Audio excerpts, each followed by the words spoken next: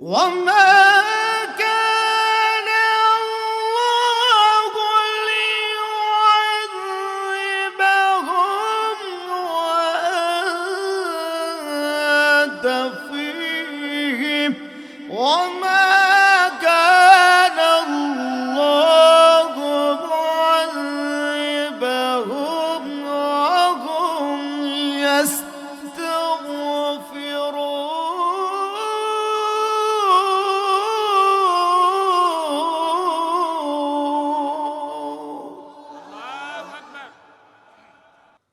وما كان الله ليعذبهم وأنت فيهم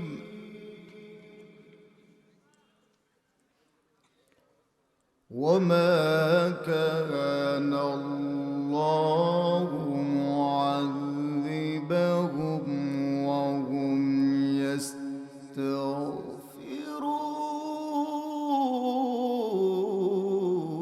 يستغفرون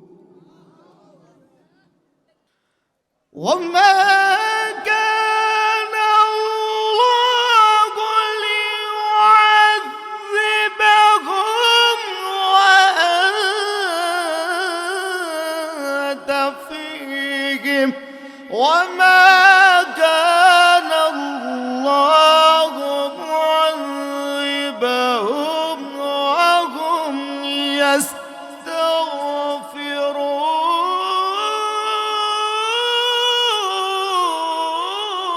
يستغفرون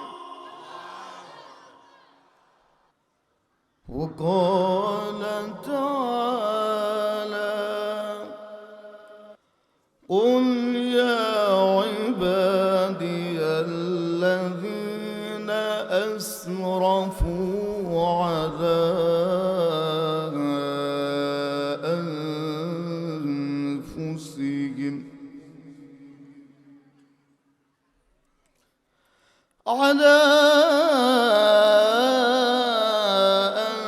أنفسهم لا تقنطوا من رحمة الله لا تقنطوا من رحمة الله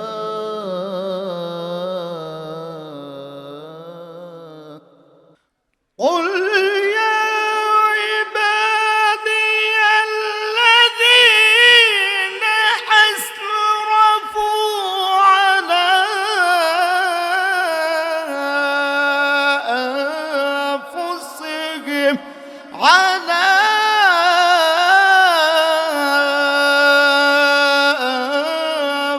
أنفسهم لا تقنطوا من رحمة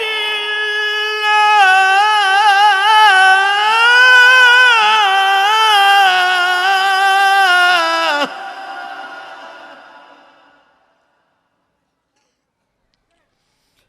لا تقنطوا من رحمة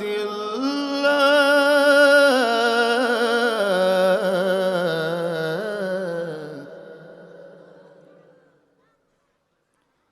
لا تقنطوا من رحمة الله إن الله يغفر الذنوب جميعا إنه هو الغفور الرحيم صدق الله العظيم আল্লাহ পাক রব্বুল আলামিনের আদেশ পাওয়ার সাথে সাথে ইসরাফিল ফেরেশতা সিংহার মধ্যে ফুৎকার দিবেন বলে সুবহানাল্লাহ আরশের মালিক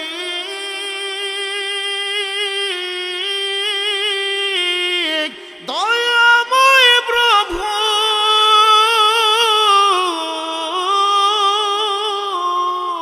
ফরমান জারি করে দিবেন ইসরাফিল সিংহার মধ্যে ফুৎকার দাও। আল্লাহর ফেরেশতা ইসরাফিল সিংহার মধ্যে ফুৎকার দিবেন। ফুৎকার দেওয়ার সাথে সাথে আকাশ ভেঙে পড়বে, তারকারাজি খসে পড়বে। আল্লাহ পাক রব্বুল আলামিন বলেন ইদাস সামাউ ফাতারাত ওয়া ইযাল কাওয়াকিবু তাসারাত ওয়া ইযাল বিহারু ফুজ্জিরাত ওয়া ইযাল কুবুরু বাসিরাত। আকাশ ভেঙে পড়বে, মাটিগুলো চৌচির হয়ে যাবে, জমিন কত নিচে চলে যাবে কেউ বলতে পারবে না। সাগরের মধ্যে আগুন শুরু হয়ে যাবে, আগুন ধরা শুরু হয়ে যাবে, দাও দাও দাও দাও করে আগুন জ্বলবে সাগরের মধ্যে। এই জন্য মাঝে মধ্যে দেখবেন সাগরের মধ্যে আগুন দেখা যায়, এরকম অগ্নিগিরি শুরু হয়ে যায়। আল্লাহ পাক বলেন এই পাহাড়গুলো তুলার মতো উড়তে থাকবে। ওয়াতাসিরুল জিবালু সায়রা, পাহাড়গুলো সন্ধে ভাসতে থাকবে। ওয়াতাসিরুল জিবালু সায়রা, স্পিড খুব ঘূর্ণিত হবে, এইভাবে ঘুরতে থাকবে ঘুরতে থাকবে, গোটা পৃথিবী তছনছ হয়ে যাবে। ইসরাফিল আলাইহিস সালাতু ওয়াস সালাম যখন প্রথম ফুৎকার দিবেন এরকম হয়ে যাবে, সব ধ্বংস হয়ে যাবে। আল্লাহ পাক রব্বুল আলামিনের কাছে আজরাইল যায় উপস্থিত। ও আরশের মালিক, সমস্ত মাখলুকাত মৃত্যুবরণ করেছে, বলি সুবহানাল্লাহ। আরশের মালিক দয়াময় প্রভু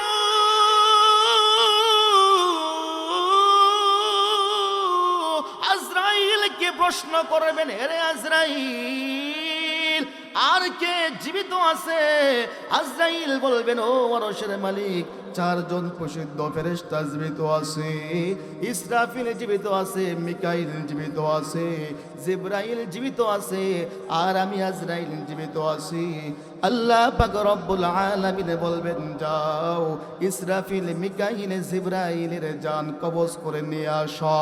তিনজন প্রসিদ্ধ ফেরেশতা তাদের জানগুলো যখন কবজ করে নিয়ে আসবে, আল্লাহ পাক রব্বুল আলামিন আবার আজরাইলকে প্রশ্ন করবেন, এরে আজরাইল আর কে জীবিত আছে? আজরাইল বলবেন, ওগো আল্লাহ একমাত্র আমি জীবিত আছি আর আপনি আল্লাহ জীবিত আছেন, বলে সুবহানাল্লাহ। আল্লাহ পাক রব্বুল আলামিন বলেন, ওয়া নুফিখা ফিস সূরি ফাসাইক মান ফিস সামাওয়াতি ওয়া মান ফিল আরদ ওয়া মান ফিল আরদি ইল্লা মা শাআ আল্লাহ।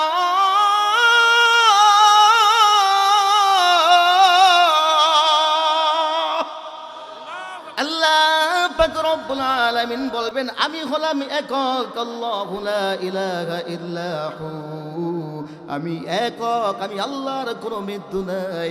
অতএব প্রত্যেকটা প্রাণীকে মৃত্যুবরণ করতে হবে। কুল্লু নাফসিন যায়িকাতুল মাউত। ও আজরাইল, তুমি যেহেতু আমার একটা সৃষ্টি, অতএব তুমিও মৃত্যুবরণ করো।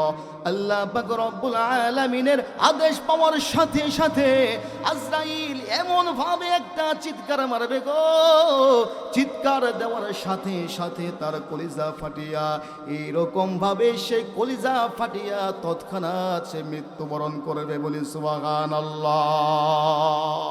আওয়াজ দিয়া বলেন, একমাত্র একজন জীবিত আছে, তিনি কে? আওয়াজ দিয়া বলেন, তিনি কে? আরশের মালিক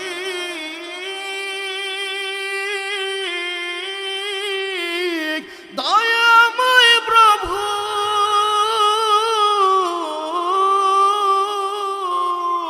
এক বৎসর না, 2 বৎসর না, 40,000 বৎসর এইভাবে চলে যাবে, কোনো টু শব্দ নাই, কোনো মাখলুকাত আর জীবিত নাই। গোটা এই হাসরের ময়দান সব চৌচির হয়ে আছে, নীরবতা, নিস্তব্ধতা, একেবারে কোনো ট শব্দ নাই। আল্লাহ পাক রব্বুল আলামিন এইরকম ভাবে 40,000 বৎসর পর কুদরতি মাথা এইভাবে উত্তোলন করবেন, অতঃপর বলবেন, কোথায় ফেরাউন, কোথায় নমরুদ, কোথায় হারুন, কোথায় যারা ক্ষমতা দেখিয়েছ, কত বাহাদুরি দেখিয়েছ, বিশ্বের আধিপত্য বিস্তার করার জন্য কত দেশের উপর জুলুম করেছ, কত মানুষকে হত্যা করেছ, কত মাজলুমের উপর নির্যাতন করেছ, পাখির মতো গুলি করে নিজের স্বার্থ হাসিল করার জন্য মানুষগুলাকে পাখির মতো গুলি করে হত্যা করেছ। কথা বলেন ঠিক কিনা? আল্লাহ পাক রব্বুল আলামিন কত পাওয়ার আছে, কত বাহাদুরি তোমাদের আছে। আল্লাহ পাক বলবেন, দেখাও কার কত পাওয়ার আছে। আওয়াজ দিয়ে বলেন, আমার আল্লাহ পাক রব্বুল আলামিনের সামনে ক্ষমতা আর বাহাদুরি দেখাইবার মতো কারো ক্ষমতা আছে নাকি? আওয়াজ দিয়া বলেন, না আছে নাকি? অতঃপর আল্লাহ পাক রব্বুল আলামিন নিজেই বলবেন, লিমানিল মুলকুল ইয়াউম লিল্লাহিল ওয়াহিদিল কাহ্হার।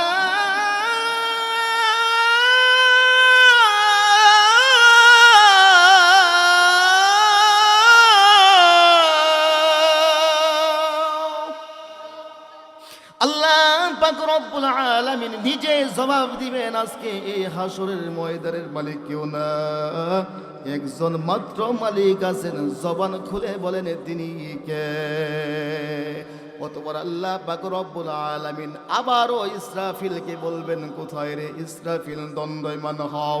থুম্মা নুফিখা ফীহি উখরা ফাইযা হুম কিয়ামুন ইয়ানজুরুন।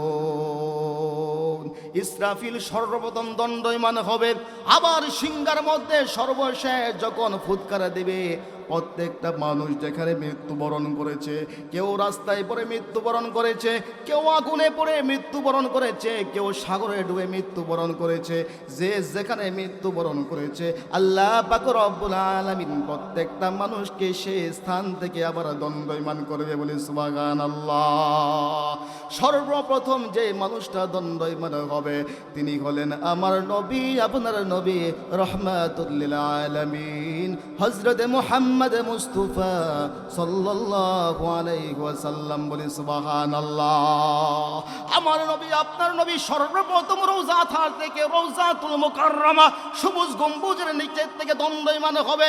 ডাক দিবেন, কোথায় আবু বকর, কোথায় উমর, কোথায় উসমান, জান্নাতুল বাকির সাহাবীরা কোথায়? অতঃপর সমস্ত উম্মতদেরকে নিয়ে, এই রংপুরের উম্মতদেরকে নিয়ে, এই পল্লীমারির যুব সমাজ যারা আসে, নবীজির সমস্ত উম্মতদেরকে নিয়ে আমার নবী, আপনার নবী আল্লাহ তাআলার সামনে গিয়ে হাজির হবেন। বলে সুবহানাল্লাহ।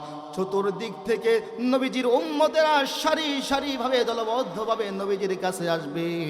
ওই দিক দিয়া আদম আলাইহিস সালাতু ওয়াস সালাম বলবে, ও মুহাম্মদ, তাকায় দেখো, তোমার একজন উম্মতকে আযাবের ফেরেশতারা গ্রেফতার করেছে। কথাটা শোনার সাথে সাথে আমার নবী, আপনার নবী আর থাকতে পারবে না, ছটফট করতে করতে ওই ফেরেশতাদের সামনে গিয়ে হাজির হবে। ও ফেরেশতারা, আমার উম্মতকে কোথায় নিয়ে যাচ্ছ? ফেরেশতারা বলবে, আপনার এই গুনাহগার উম্মতের আমলনামার মিজানের পাল্লার মধ্যে গুনার পাল্লাটা ভারী হয়ে গিয়েছে, নেকের পাল্লা হালকা হয়ে গিয়েছে, অতএব তাকে আমরা জাহান্নামে নিয়ে যাচ্ছি। আমার নবী, আপনার নবী চোখের পানি ছেড়ে কান্না করবেন, না না, আমার উম্মত গুনাহ করতে পারে না, আমার উম্মত জাহান্নামে যেতে পারে না।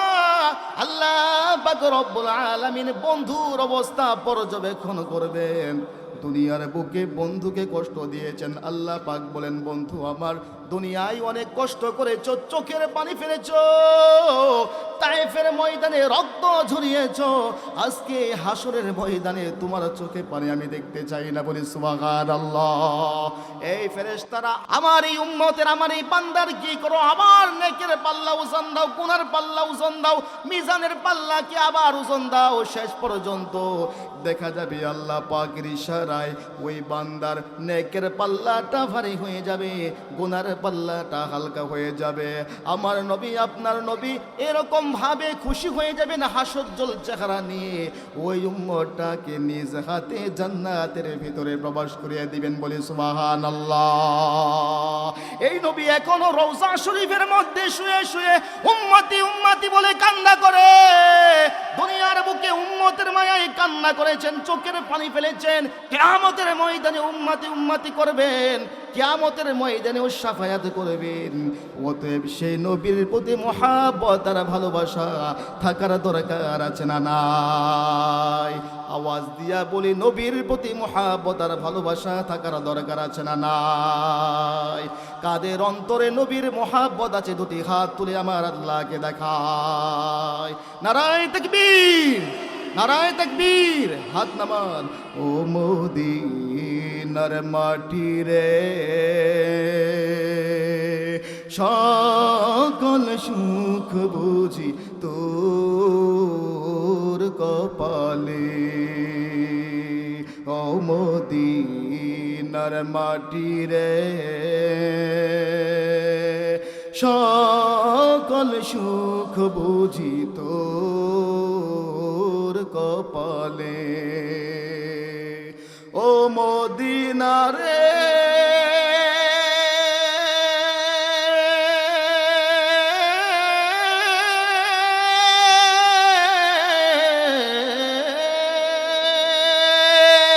তোর বুকে আমার নবী, যার লাগি পাগল সবই, যার লাগি হইল সৃষ্টি ত্রিভুবন। ভাবি আমি সারাক্ষণে কখন যাব সেখানে, ভাবি আমি সারাক্ষণে কখন যাব সেখানে। সহে না সহে না আর পরাণে, আমার সহে না সহে না আর পরাণে। ও মদিনার মাটি রে, সকল সুখ বুঝি তোর কপালে। নবীর যদি উম্মতের প্রতি এত মায়া থাকে, তাহলে আল্লাহ পাক রব্বুল আলামিনের বান্দার প্রতি দয়া মায়া কম না বেশি? আছে না নাই? কম না বেশি? নবীর চেয়ে কম না বেশি?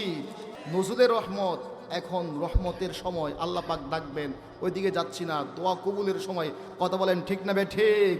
সংসার তো করলেন সারা জিন্দেগি, সারা মাস সারা দিন সংসারের নেশায় পড়ে, নামাজের সময় নাই, ভালো কাজের নেক আমলের সময় নাই। কথা বলেন ঠিক না বে ঠিক? সংসার সংসার কইরা হবে গো,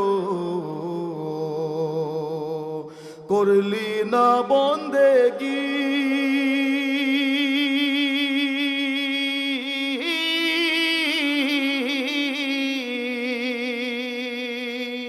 কেমনে কাটাইবে মনরে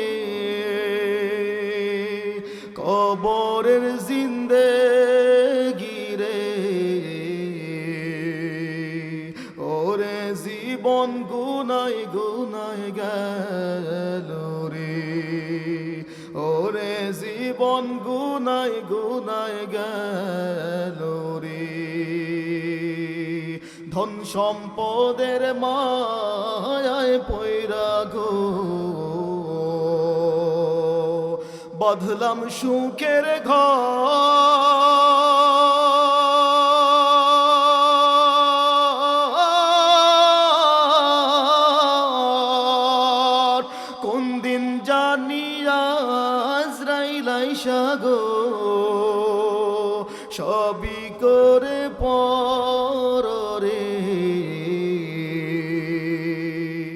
ওরে জীবন গুনায় গুনায় গেল রে, ওরে জীবন গুনায় গুনায় গেল রে।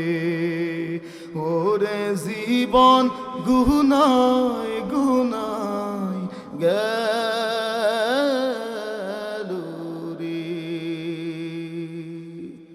আমল নামাই গুনাহ আছে না নাই? মনে হয় সব ফেরেশতা নিয়ে বসছি, সব ফেরেশতা। আমল নামাই গুনাহ আছে না নাই? গুনাহ নাই? আর একটু আওয়াজ দিয়ে বলেন গুনাহ আছে না নাই? আছে না নাই? হইতাছে না, জোরসে বলেন আছে না নাই? অতএব গুনাহ যদি থেকে থাকে, এই গুনাহ যেন আল্লাহ পাক এই মজলিস থেকে মাফ করে দুয়ার মাধ্যমে আমরা বাড়িতে যাব, পারবো তো ইনশাআল্লাহ? আল্লাহ পাক কবুল করুক বলে আমিন। শেষ ঘটনা বলি, আমরা দোয়া করব। কেমন নাফরমান ছিলেন এক বান্দা, বুখারী শরীফের ঘটনা।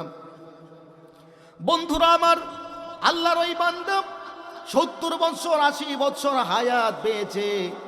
শেষ বয়স যখন শিয়ার লড়তে পারে না, চলাফেরা করতে পারে না, হালতে পারে না, আল্লাহ পাক রব্বুল আলামিন তার হায়াতের জিন্দেগি যখন শেষ মুহূর্তে নিয়ে এসেছে, সে তার সন্তানদেরকে ডাকলো, আমার সন্তানেরা বসো বসো, আমার মাথার শিয়রে বসো, আমি মনে হয় আর বেশিক্ষণ বাঁচবো না, আমার মনে হয় সময় শেষ হয়ে এসেছে, আমি যখন মৃত্যুবরণ করব তোমরা আমার এই দেহটাকে আগুনের মধ্যে জ্বালিয়ে পুড়িয়ে ছাই করে দিবে।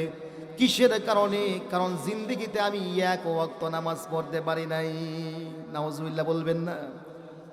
এক ওয়াক্ত নামাজ, 5 ওয়াক্ত নামাজ, 5 ওয়াক্ত নামাজ তো দূরের কথা, শুক্রবারেও মসজিদে যাই না এরকম মুসল্লি আছে না নাই? আছে না নাই? নামাজের খবর নাই, দেখবেন কত কাজকর্ম কিন্তু নামাজের সময় মসজিদে যাই না, আছে না নাই? এই বান্দা চিন্তা করতেছে, জিন্দেগিতে এক ওয়াক্ত নামাজ পড়লাম না, একটা রোজা রাখলাম না, একটা টাকা দান করলাম না, গুনাহ আর গুনার মধ্যে আমার হায়াতটা শেষ হয়ে গিয়েছে, কিভাবে আল্লাহ তাআলার সামনে আমি জবাব দেব? ও আমার সন্তানেরা, অতএব আল্লাহ পাক যেন আমাকে না পাই, আমি যেন আর না দাঁড়াইতে পারি, আমাকে যেন খুঁজে না পাই, আমার দেহটাকে তোমরা আগুনের মধ্যে জ্বালিয়ে পুড়িয়ে ছাই করে দিবে। অতএব যখন শেষ পর্যন্ত আল্লাহর ওই বান্দাটা মৃত্যুবরণ করলো, সন্তানেরা তার ওসিয়ত অনুযায়ী বাবার দেহটাকে আগুনের মধ্যে জ্বালিয়ে পুড়িয়ে ছাই করেছে। বাবা ওসিয়ত করেছিল 1 ভাগ চাই বাতাসের মধ্যে উড়িয়ে দিবে, আরেক ভাগ চাই এরকম ভাবে মাটির নিচে দাফন করে দিবে, আরেক ভাগ চাই তোমরা এই সাগরের মধ্যে মিশ্রণ করে দিবে। কিসের কারণে? যেন আল্লাহ তাআলা আমাকে খুঁজে না পায়। বলুন, আমার আল্লাহ তাআলা ওই বান্দাটাকে দণ্ডমান করতে পারবে কি পারবে না? আল্লাহ পাক রব্বুল আলামিন বলেন, মিনহা খলাকনাকুম ওয়া ফিহা নুঈদুকুম ওয়া মিনহা নুখরিজুকুম তারাতান উখরা। বান্দার, এই মাটি দিয়ে তোমাদেরকে আমি সৃষ্টি করেছি, এই মাটির মধ্যেই আবার তোমাদেরকে দাফন করা হবে, আবার কাল কিয়ামতের ময়দানে এই মাটির থেকে তোমাদেরকে দণ্ডায়মান করা হবে। বলেন সুবহানাল্লাহ। আরশের মালিক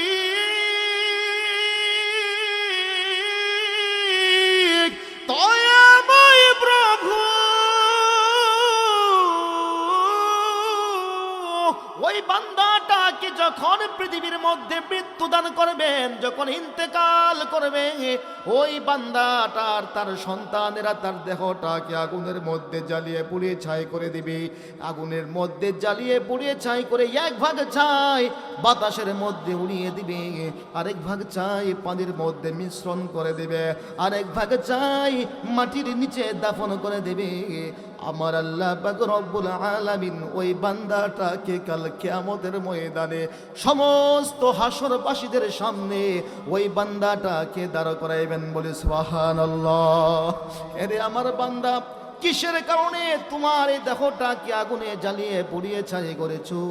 তোমাকে আমি এত সুন্দর চক্ষু দিয়েছিলাম, এত সুন্দর সুস্বাস্থ্য সুঠাম দেহ তোমাকে আমি দান করেছিলাম, কত সুন্দর অবয়ব চেহারা তোমাকে আমি দিয়েছিলাম।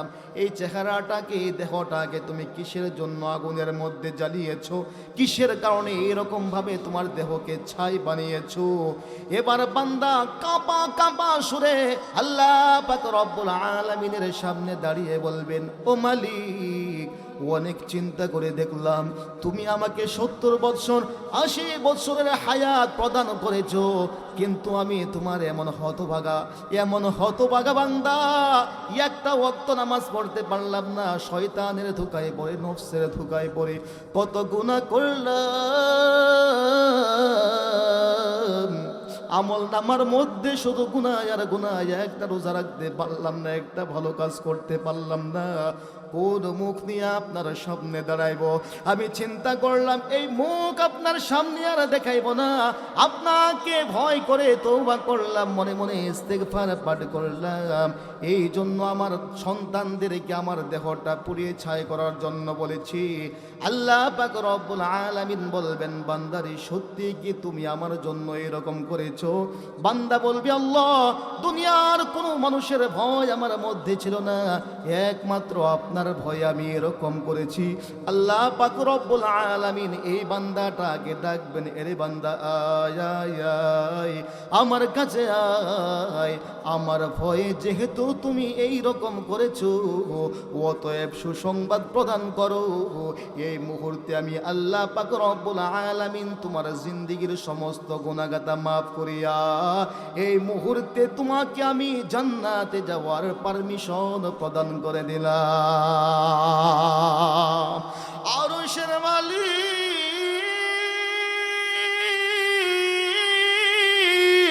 দয়াময় প্রভু,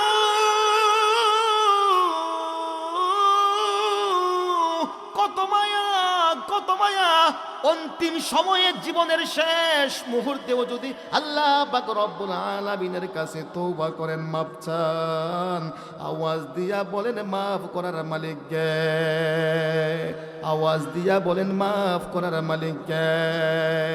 এই জন্য আল্লাহ পাক রব্বুল আলামিন বলেন, কুল ইয়া ইবাদিয়াল্লাযীনা আসরাফু আলা أنفسهم على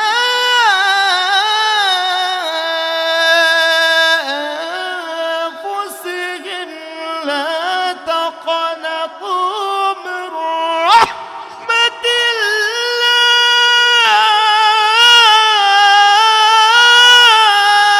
الله، لا تقنطوا من رحمة الله। বান্দারে পাহাড় পরিমাণ গুনাহ হইয়া গেলেও আমি আল্লাহ তাআলার কাছে চোখের পানি ছাড়িয়া যদি তোমরা ক্ষমা প্রার্থনা করো, আল্লাহ পাক বলেন ক্ষমা চাইতে দেরি হবে, আমি আল্লাহ পাক রব্বুল আলামিন তোমাদেরকে ক্ষমা করতে দেরি হবে না। বলি সুবহানাল্লাহ। ওয়া মা কানা আল্লাহু লিয়ুআযিবাহুম ওয়া আনতা ফীহিম ওয়া মা কানা আল্লাহু মুআযিবাহুম ওয়া হুম ইয়াস্তাগফিরুন।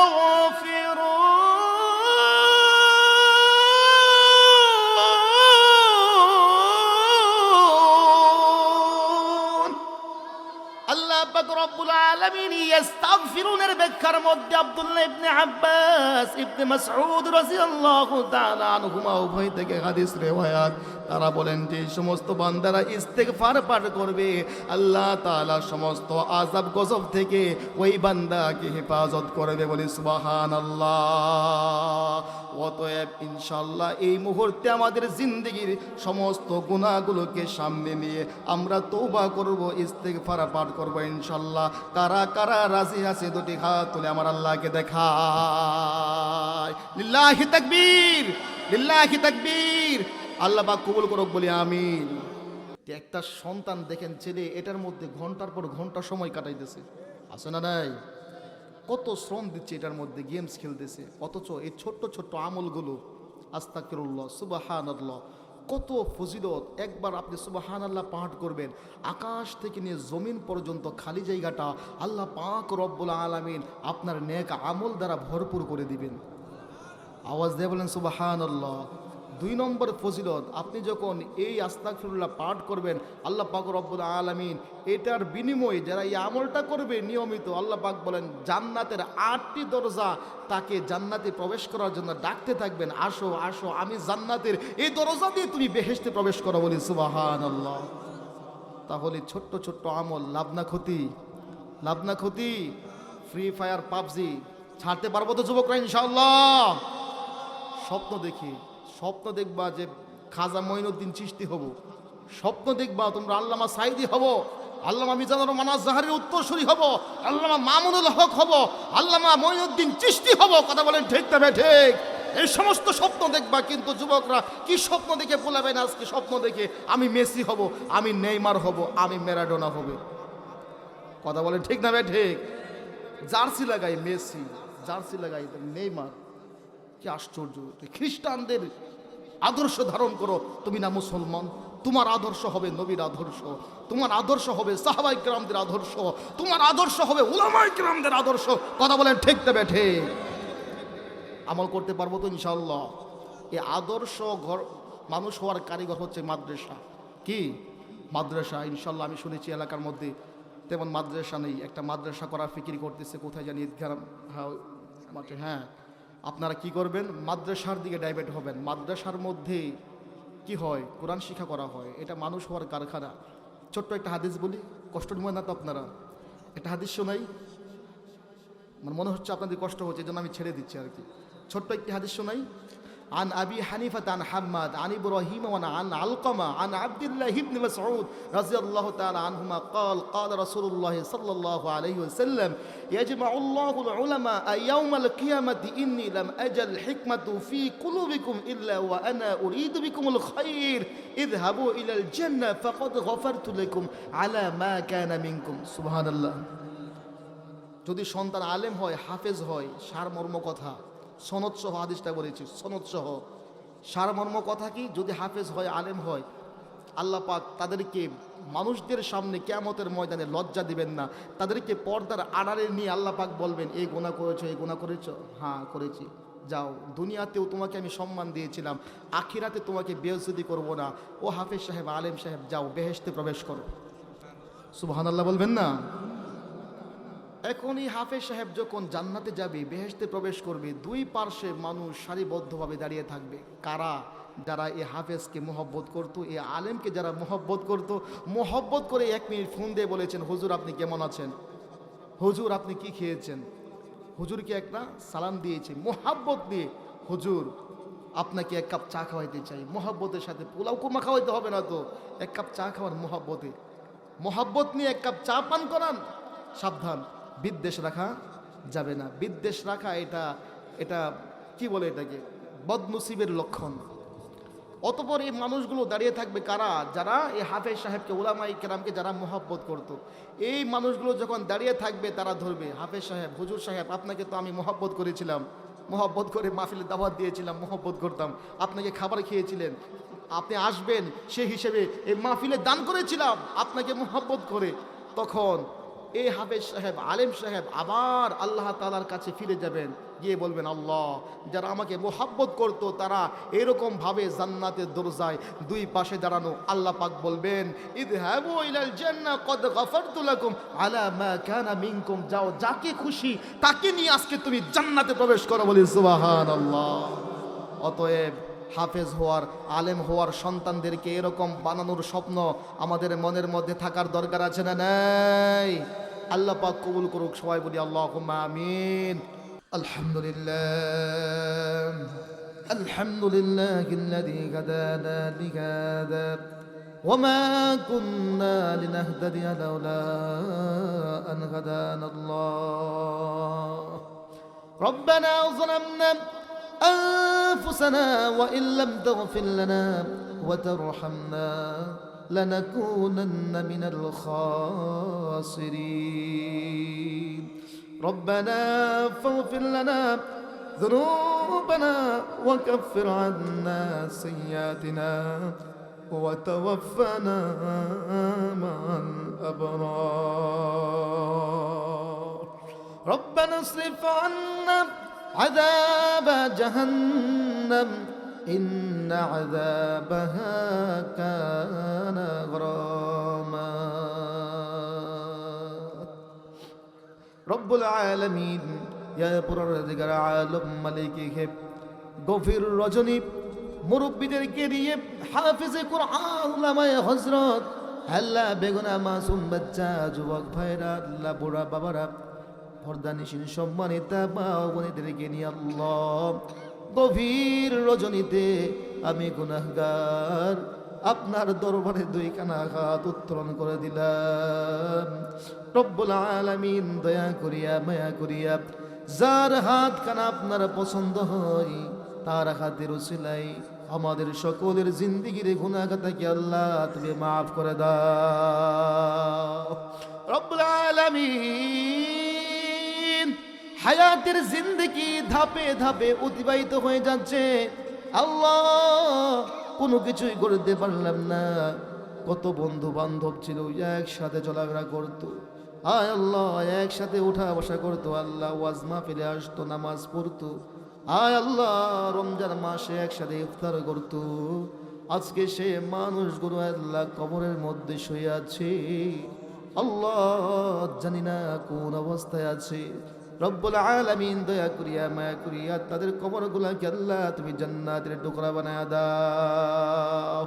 রব্বুল আলামিন জানি না কখন জানি মালাকুল মাউত আজরাইল আমাদের চোখের সামনে আইসা দাঁড়ায়া যায়। রব্বুল আলামিন বাড়ির জায়গায় বাড়ি থাকবে, আয় আল্লাহ ব্যবসার জায়গায় ব্যবসা থাকবে, সব কিছু ছেড়ে বাড়ি ঘর ছেড়ে কবরের দিকে রওনা হইতে হবে। এমন ঘুম ঘুমাইতে হবে যে ঘুম কিয়ামত পর্যন্ত আর ভাঙবে না। রব্বুল আলামিন আমরা তোমার গোলাম, তোমার গোলাম, তোমার দরবারে হাত উঠাইলাম ভিক্ষুকের ন্যায়। ও মালিক দয়া করিয়া মায়া করিয়া আল্লাহ আমাদের সকলের জিন্দেগির গুনাহ সমূহকে আল্লাহ তুমি মাফ করে দাও, ফিরাইয়া দিও না আল্লাহ, তাড়াইয়া দিও না। কবরে যাওয়ার আগে আগে আল্লাহ কবরের সামান তৈয়ার করার তৌফিক দান করিয়া দাও। রব্বুল আলামিন তাকে দেখো আল্লাহ যারা হাত উঠাইলো আল্লাহ কার জানি মা নাই, কার জানি বাবা নাই, হায় আল্লাহ মা হারা সন্তান, বাবা হারা সন্তান। আল্লাহ নামাজ শেষে মাহফিল শেষে যখন বাড়িতে যেতাম মা সুন্দরভাবে রান্না করে খাবার পরিবেশন করে দিত, মা দরজা খুলে দিত। রব্বুল আলামিন সে মা বাবা আজকের যাদের দুনিয়ার বুকে নাই আল্লাহ তারা জানে মায়ের ব্যথা কত। রব্বুল আলামিন সে মা বাবা যখন মৃত্যুবরণ করলো আয় আল্লাহ ঘর থেকে বাহির করা হইল, জানাজার জন্য গোসল করানো হইল, দলে দলে লোক সমবেত হইল, বাড়ির উঠানে মানুষের ভিড়, সাদা কাপড় দিয়া ঢেকে আছে। আয় আল্লাহ জানাজার নামাজের জন্য নিয়ে যাওয়া হয়েছে, সমস্ত মানুষগুলো জানাজার নামাজ পড়ে সে মাকে নিয়ে কবরের দিকে রওনা হয়ে যাচ্ছে। মাটির মধ্যে মাটির বিছানা, বাঁশের চাউনি, আল্লাহ এইভাবে রাখিয়া মায়ের লাশটাকে কবরে দাফন করিয়া মাথার মুষ্টি খুলিয়া সে আত্মীয় স্বজনই কিন্তু সর্বপ্রথম কবরের মধ্যে নামলো, সন্তান নামলো, আত্মীয় স্বজন নামলো, শেষবারের মতো একটা নজর দেখবার জন্য মাথার মুষ্টি খুলিয়া সুন্দরভাবে আল্লাহ আরামের ঘুম ঘুম পাড়াইয়া এই মানুষগুলো লাফ মারিয়া ওইভাবে একা রাখিয়া লাফ মারিয়া উঠিয়া যায়।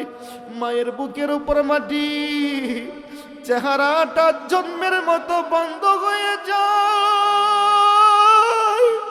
জন্মের মতো চেহারাটা অদৃশ্য হয়ে যায়। এই যে মাটি দিয়ে চলে আসলো আজ পর্যন্ত সে মা বাবার আর কোনো খোঁজ খবর পাইতেছি না গো আল্লাহ। বিছানা নাই, বাতি নাই, আল্লাহ কিভাবে আছে, কিভাবে আছে, কি করতেছে। দুনিয়ার বুকে একটু বাতি না থাকলে আমরা ভয় পাই, সেই কবরস্থানের পাশ দিয়ে হাঁটলে ভয় পাই। আল্লাহ সে মা বাবা জানি কিভাবে শুয়ে আছে গো আল্লাহ, তোমার ফেরেশতারা কি আচরণ করতেছে আল্লাহ। আজকে মোনাজাতের ওসিলায় আমাদের প্রত্যেকের আব্বা আম্মাকে আল্লাহ তুমি মাফ করে দাও, তাদের কবরটাকে আল্লাহ তুমি জান্নাতের টুকরা বানায়া দাও রব্বুল আলামিন। আমরা যারা হাত বাড়াইলাম আল্লাহ প্রত্যেকের কামাই রুজির মধ্যে আল্লাহ তুমি বরকত দান করিয়া দাও। আয় আল্লাহ বালা মুসিবত থেকে আল্লাহ তুমি আমাদেরকে হেফাজত করো রব্বুল আলামিন। যারা এই মাহফিলের মধ্যে সহযোগিতা করেছে আল্লাহ প্রবাসী ভাইয়েরা আল্লাহ প্রত্যেকের এই দানকে আল্লাহ তুমি কবুল আর মঞ্জুর করিয়া লাও। আল্লাহ বুড়া বাবারা পরামর্শ দিয়েছে আল্লাহ, যুবক ভাইয়েরা পরিশ্রম করেছে আল্লাহ, অনেকে টাকা পয়সা দিয়েছে আল্লাহ, প্রত্যেকের শ্রম দান মেহনতকে আল্লাহ তুমি নাজাতের জন্য কবুল আর মঞ্জুর করিয়া লাও রব্বুল আলামিন। গভীর রজনী আল্লাহ মা বোনেরা দীর্ঘক্ষণ এই শীতের রাত তারা কোরআনের আলোচনা শুনেছে রব্বুল আলামিন। আমাদের মা বোনদেরকে আল্লাহ তুমি মাফ করে দাও আল্লাহ, তাদেরকে আবেদা সালিহা ফাতেমাতুজ জোহরা বিবি খাদিজা মিজান আয়েশা সিদ্দিকা রাদিয়াল্লাহু তাআলা আনহা এই সমস্ত আল্লাহ আবেদা মহিলাদের সাথে জান্নাতের সঙ্গী হওয়ার তৌফিক দান করে দাও রব্বুল আলামিন। যদিও আমরা গুনাহগার তোমারই তো বান্দা, যদিও আমরা গুনাহগার তোমার প্রিয় নবী হযরত মুহাম্মদ মুস্তাফা সাল্লাল্লাহু আলাইহি ওয়াসাল্লামের উম্মত গো আল্লাহ, দয়াল নবী মায়ার নবীর উসিলায় আমাদের মুনাজাতকে আল্লাহ তুমি কবুল আর মঞ্জুর করিয়া লাও রব্বুল আলামিন। একটিবারের জন্য হলেও আল্লাহ তোমার জমিনে আল্লাহ তোমার দ্বীনকে প্রতিষ্ঠা করার তৌফিক দান করিয়া দাও আল্লাহ।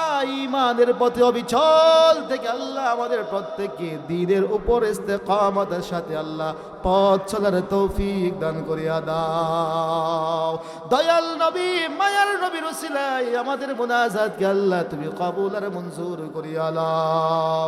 লক্ষ লক্ষ কোটি কোটি দুরূদ আর সালাম নবীর রওজা পাকে সোনার মদিনায় সবুজ গম্বুজের নিচে পৌঁছে দাও। রব্বির হামহুমা কামা রব্বায়ানি সগীরা, রব্বির হামহুমা কামা রব্বায়ানি সগীরা। وصلى الله تعالى على خير خلق محمد وعلى آله وأصحابه أجمعين آمين آمين بحق لا إله إلا الله محمد رسول الله صلى الله عليه وسلم.